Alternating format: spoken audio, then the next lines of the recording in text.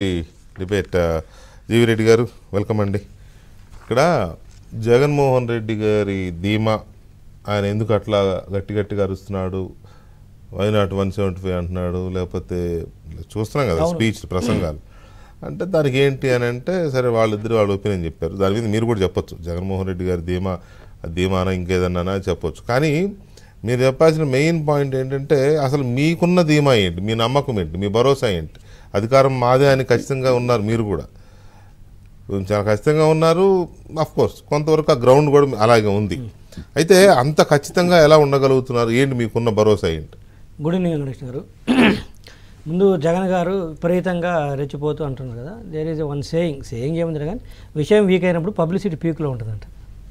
ఒట్టుగొడుగు అరుపులు ఎక్కువ అని కూడా ఒట్టుగొడుగు అరుపులు ఎక్కువ, అట్లా విషయం వీక్ పీక్లో ఉంటుందని ఒకటి వెంకటేష్ గారు.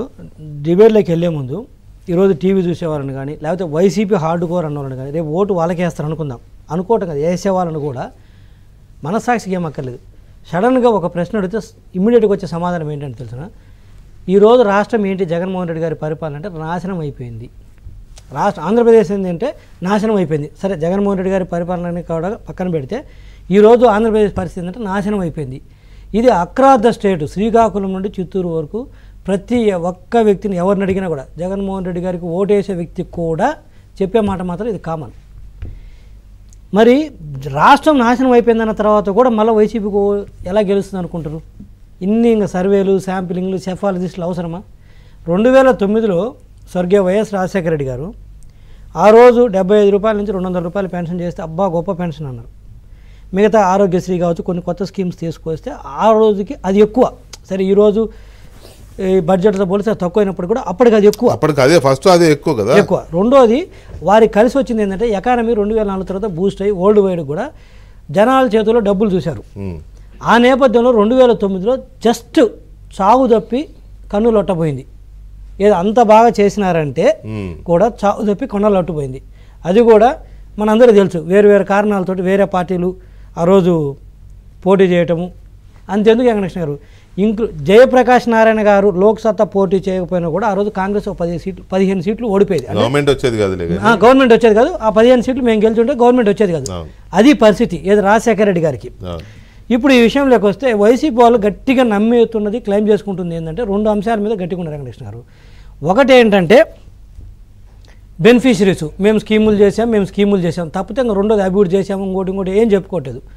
రెండోది ఏంటంటే క్యాస్ట్ రిలీజియన్, రెడ్లు మాతో ఉన్నారు, రిలీజియన్ పరంగా క్రిస్టియన్స్ ముస్లిమ్స్ మాతో ఉన్నారు. ఇది క్యాస్ట్ రిలీజియన్ ఒక ఆస్పెక్టు, బెనిఫిషరీస్ ఈ ఒక ఆస్పెక్టు. ఈ రెండింటిని గట్టిగా పట్టుకొని తిరుగుతుండ్రు, ఈ లెక్కలు వేసుకొని తిరుగుతుండ్రు. నేను చెప్తాను, ఈరోజు 1,65,00,000 కుటుంబాలు దాదాపు రాష్ట్రంలో ఉంటే, నీకు గట్టిగా ఇస్తే 75 లక్షల కుటుంబాలకి బెనిఫిషరీస్. అయ్యర్ సైడ్ ఇంకొక 5 లక్షలు వేసుకున్నా 80 లక్షలు. 85 లక్షలు రాని వాళ్ళు ఉన్నారు, 80 లక్షలు వస్తుంటే ఈ 80 లక్షలకు కూడా అన్ని స్కీమ్స్ రావు.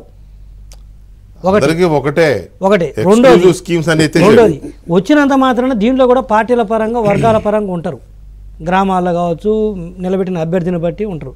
సో నీకు వాళ్ళు ఏమనుకుంటారంటే 80 లక్షలకి 80 లక్షలకు వచ్చేస్తాయి. ఇక రెడ్డి కమ్యూనిటీ సచ్చినట్టు వస్తారు, ఆడిపోతారు నాతోటి, క్రిస్టియన్స్ వస్తారు, ముస్లిమ్స్ వస్తారు అనేది ఉంది. నేనేమన్నంటే వీళ్ళు ముగ్గురు వస్తారో రారో కాసేపు పక్కన పెడితే, ముందు నీ చెల్లెళ్ళే నీతో లేరు ఇంట్లో. నిన్న శర్మిల గారు మాట్లాడుతూ అక్కడ జగన్ గారికి